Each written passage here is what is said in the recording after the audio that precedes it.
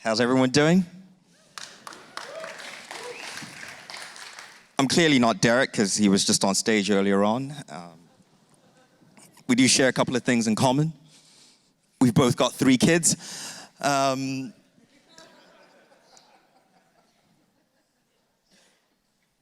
gentleman I need to almost introduce next actually doesn't need an introduction.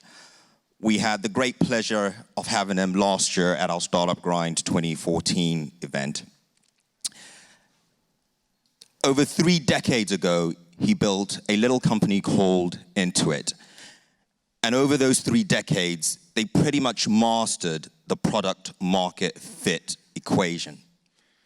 Ladies and gentlemen, if we can give a huge Startup Grind welcome for Scott Cook, ladies and gentlemen.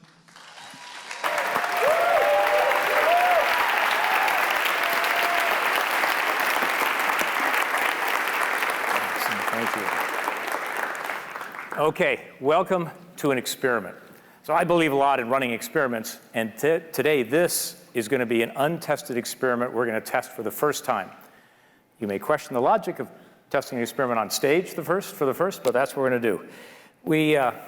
So part of my belief is the algorithm to success as an entrepreneur is to find the biggest customer problem that you can solve well. And so we asked the Startup Grind people, what are the biggest problems that entrepreneurs, that this audience is dealing with? Well, I mentioned funding is one, and another one was product market fit. So we looked at the agenda, and the agenda was full of venture capitalists. So we figured the funding thing they'll talk about. But it was lighter on product market fit. So we said, okay, let's attack product market fit, if that's the big unsolved problem. Okay, so how to attack it? I could theorize about what I believe, but why not focus it on the real problems of real entrepreneurs in this very real audience? So we sent out a questionnaire, basically asking people, what product market fit issues and challenges are you having? And we got a bunch of respondents, and we're going to have some of those respondents on stage live today, present their issue, and then I'm going to try speed coaching.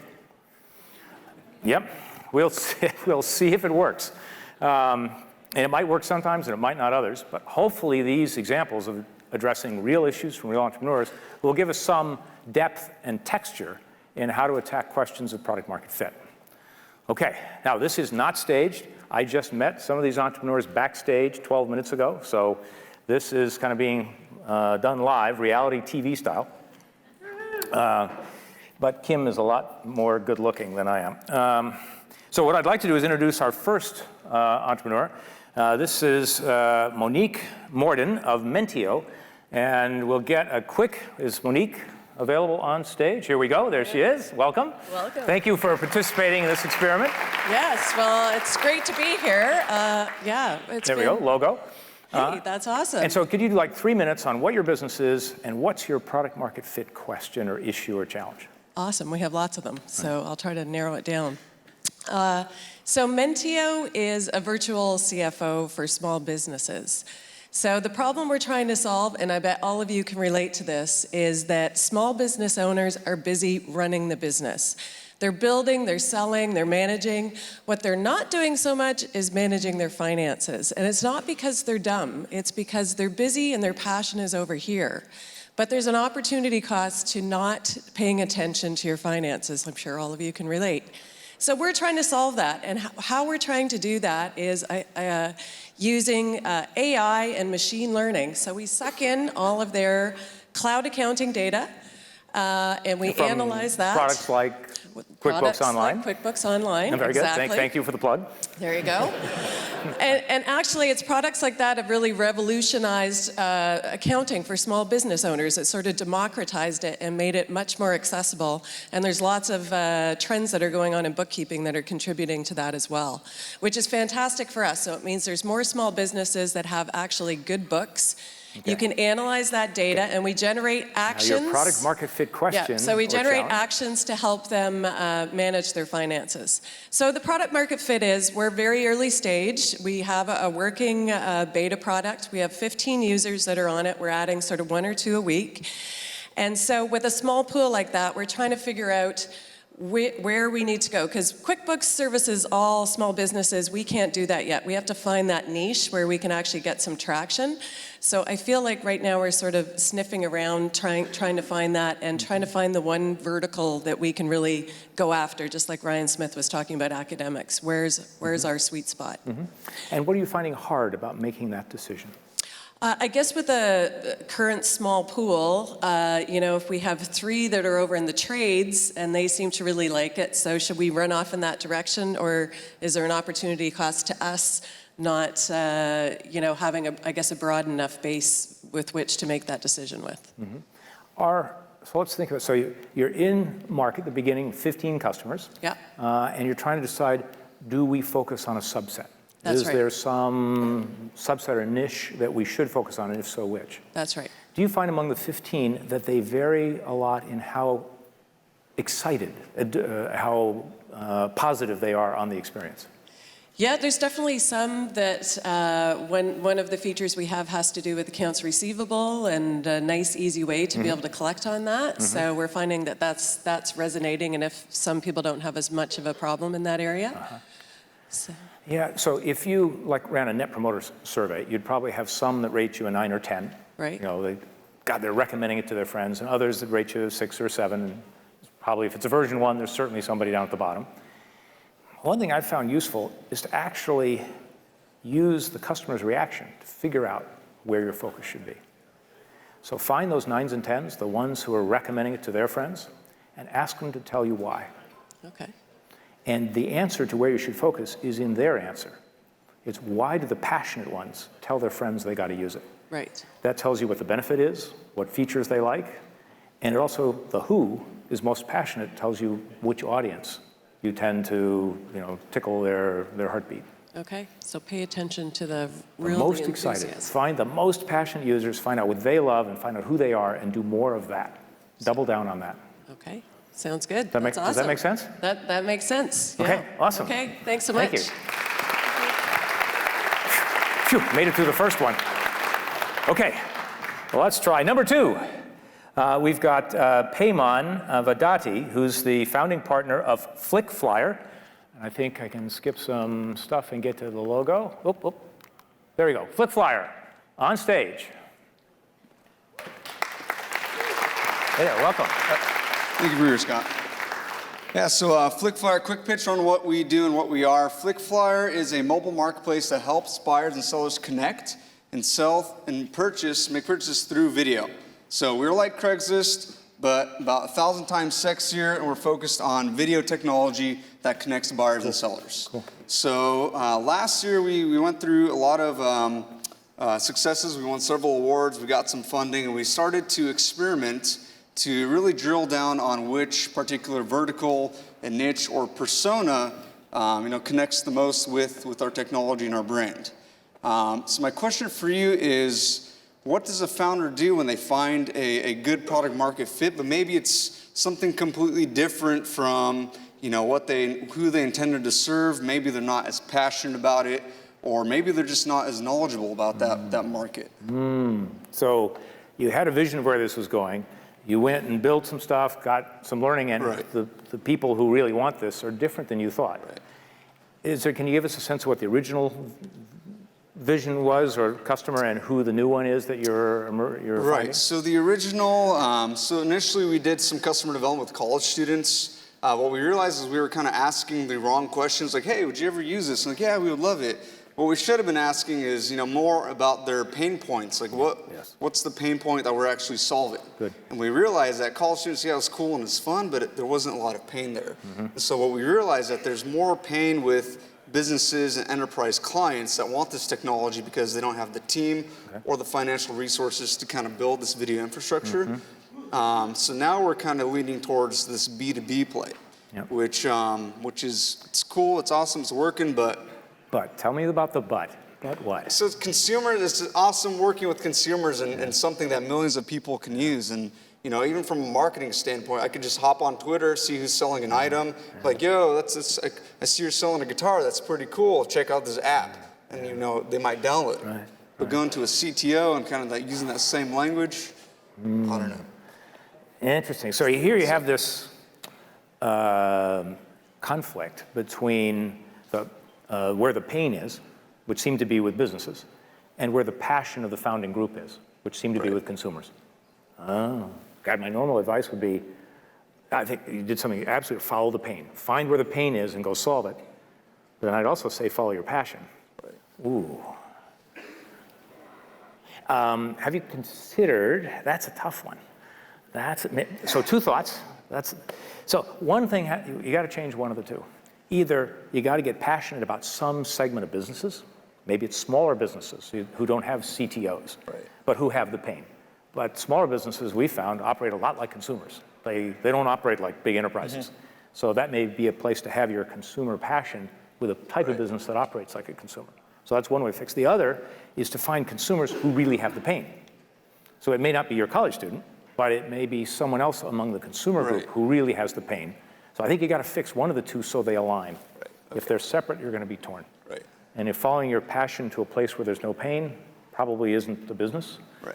And I don't think an entrepreneur can sustain in a place you don't have passion. I agree. Does that make sense? Yeah, totally. Good. So I love the process, and I love the fact you've recognized it and can talk about it. So good luck with that. Thank you so much. Good stuff. Thanks. Yep. Thank you, guys. See you, Payman. Okay, number 3, Guillaume de Smet of S Bubble. There we go. Guillaume. Here we are. Thank you. Hey. Great. Hello, everybody. So, yeah, the guy brings his own cheering section.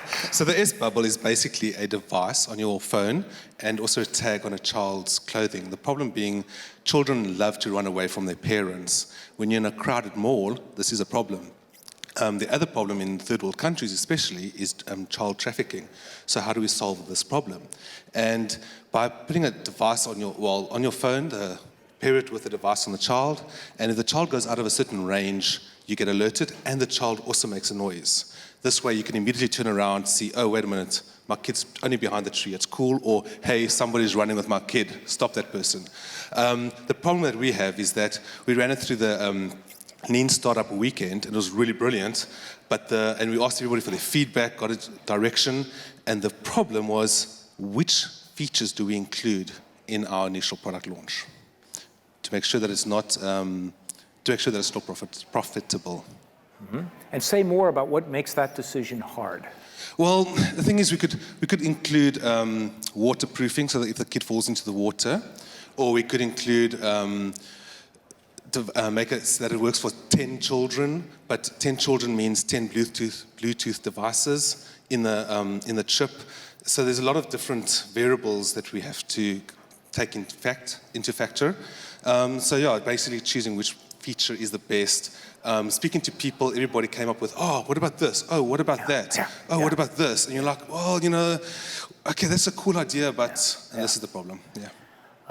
This is the reality. So very well stated. This is the reality. Who's been in that boat where you've got more feature ideas from you or your customers than you're trying to decide? Who's been in that?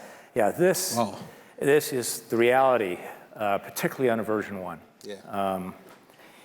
So my experience on this is that, and you're getting these ideas from your team members and from potential customers that you're talking to? Yeah, and also if you speak to potential investors, they go like, actually, I think you should rather do it like this. And we go, well, you must remember the cost of the product to make sure that we get the right price point and the right profitability. There is a reason why investors are investors. So this is, let me refer to some of the thought pieces we use inside the company with our internal entrepreneurs. We got a couple hundred internal startups, and we found some patterns. This is definitely one pattern. And what I do is, here, let's move out where you can see this, is what you're looking for is the stuff in the yellow in the center. What's that intersection between that big customer problem and that we can solve well, okay? Now, notice the intersection is a lot smaller than all that other stuff. And the way to find that is to spend a bunch of time with the customers. That's that upper left-hand bubble there. Spend time immersing yourselves, watching them spend time at their homes, hear what they say, but most importantly, watch their behaviors. Okay, so the actual behaviors, reactions. the actual behaviors as the indication of where the pain is. And then go solve that pain. Okay. So don't rely on what they say and don't listen to investors. Instead, spend time with the person who's going to buy the thing and watch them, live with them. We spend time in people's businesses. We spend time with at their homes to understand where's the pain and watch, see it with our eyes. So instead of doing a 1 minute, hey, quickly off the street, can I ask you a question? Rather saying, hey, can you spend a week with you in your home and see what Or it could be stalkable. right. If you think this is going to be used when people go out to the park, go with families to the park. Okay. If there's something going to be used when the kids come back from school, be there when the kids come back from school. When we're the largest supplier of payroll systems that help small business cut paychecks, so we want someone there when they're collecting the hours and cutting the paychecks. So be selective, but be there and watch. Believe your eyes on behaviors much more than people say. Okay. And then one of the best things I found, if you haven't read the book Getting Real, written by a company, 37 Signals, it's free PDF online, Getting Real. They have this great quote.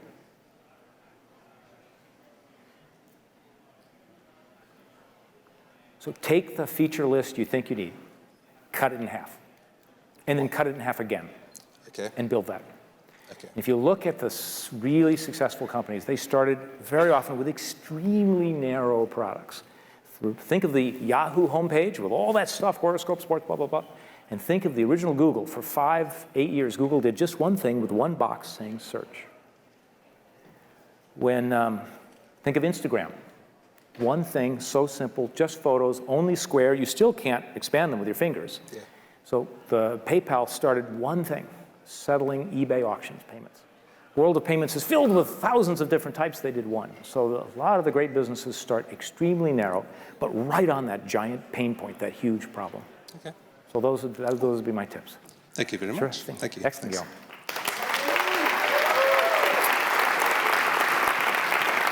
Now we do a time check. Good. We have room for one more. Finn Mafufu of Home Place. And we'll flip forward to there it is, the logo. Good attempt on the surname. Yes.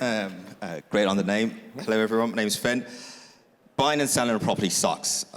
Dealing with estate agents or realtors, as you call them out in the US, is absolutely atrocious. Homes Place is a on-demand property marketplace that connects property owners and qualified buyers together without needing an estate agent. So kind of like Airbnb, but for permanent, not for a night. Yeah, so the way I like to describe it is if Zillow, out here in the US, and Amazon had a baby, it would be Homes Place. Yeah, okay, that's interesting. So kind of like Match.com, but for people buying houses. There you go. Okay, so what's the product market fit question or challenge? Our biggest challenge is being in a marketplace play. Do we focus on a specific town or city first or go aggressively nationwide? And what have you been trying up till now, and how's that working? We've been trying a nationwide campaign, and it's working horribly. We're in the UK, just to put it into perspective. Okay, and it's working horribly. Okay. Absolutely atrocious. Got it. Okay. Not doing myself any favors Yeah, here. thank you for the authenticity. That's good. This is one I've seen this movie before. We've done a big, because the most interesting businesses are network effect businesses, and that's what you're building. We've spent years studying the network effects and how you solve the chicken and egg problem. Okay? There is a pattern. There are multiple ways to solve it, but a very common pattern is what I call the microcosm. So think Facebook. Where did Facebook start? Harvard. Extremely tiny. One college. One not that big college. And they got the network effect to work there. And they waited months before they moved to the next one. And then they did that one, got the network effect working there. Think about Airbnb. So directly relevant in the sense that it's real estate. They started in one city where there was a convention. And they started just for the convention period in one city. And then they did their next one in South by Southwest, another convention city. So very limited in space to one city and in time. And that's how they got going. eBay, if you talk to Pierre, he had this trading marketplace, kind of like you had put up. Yep. But the trouble is, how do you get buyers and how do you get sellers? Buyers don't want to go to something with no sellers, and why would a seller bother? So he went online to these communities of people who had a common hobby, like car restorers who restore fancy cars.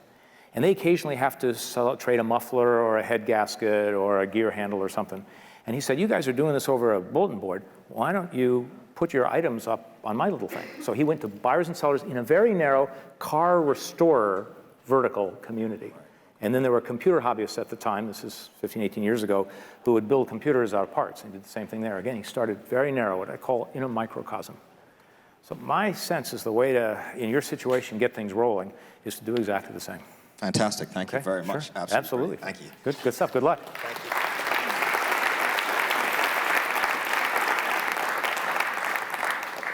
Well, we have just seconds left, so we're gauging how many volunteers come on stage based on the time. So we'll miss our last one, but let me close with, I think this is, I think those of you in the audience who are thinking about product market fit is, in my view, the most important thing to get right as an entrepreneur, as a startup entrepreneur.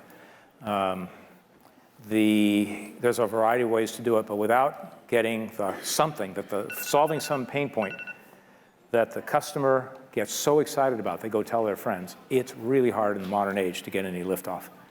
My learnings on that is spend time with that customer, and not talking to them over the phone, spend time with them, physically with them. And then look for that giant unsolved pain point and follow the pain and figure out what's the one pain we can solve, and then go very narrow. I love the words from the 37 Signals guys. Take your feature list, cut it in half, and cut it in half again, and then build that. I remember when we designed Quicken, so this is now 31 years ago, 32 years ago, we had a feature. So Quicken managed a checkbook. Checkbooks aren't used so much anymore, but at the time that was important. And one thing it did was to reconcile versus the bank. And we designed in a great feature that used a formula of division by nines to detect whether there was a transpose error.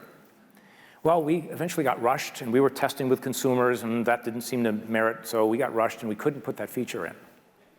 Well, 32 years later, we still don't have that feature in. It was never important. So just other things became much more important. So starting with the narrowest of feature lists allows you, I just heard a great phrase, and I'll close on this. It was from a guy who admitted he had a problem and could not do this well, and it was hurting his business. But he said what he's striving to do is to do less better. And with that, great luck to all of you. Thank you for entrepreneuring the future.